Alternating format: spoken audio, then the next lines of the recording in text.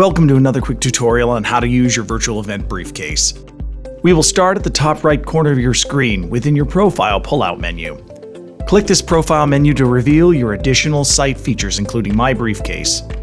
Inside your briefcase, you will find a simple two-section navigation. The first will be the notes you've taken throughout the event on attendees, speakers, and sessions. You can edit these from here at any time. You may also see the files you've collected along the way. You may click to open them within your browser, download them, hide them, or delete them if they're not relevant or you've finished reviewing a particular document.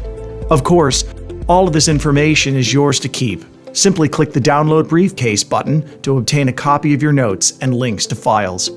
This will come in the form of an Excel spreadsheet. This is a great feature of your virtual experience, so let's make sure you know how to add notes and save files while navigating your event.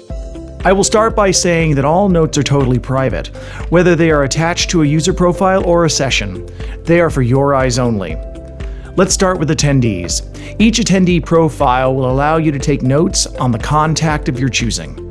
Either click the pen icon located at the bottom right corner of a profile tile, or when you're in the chosen profile, click the same pen icon at the top right of the pop-out. Simply click and add your notes, up to 200 characters, and then click out of the box to save. These same types of notes extend to speaker profiles as well. As you can see, I've already taken some notes on this particular speaker. Whereas with sessions, you can take notes before or during a scheduled session. Simply find the session you want, and you can use the note function found on these listed events. The Note pen pad icon may be clicked and notes added. Again, I have added notes here. You may also take notes within the session itself.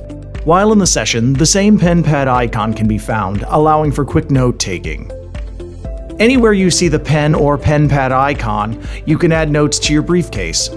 Lastly, saving files is as simple as a click of a button.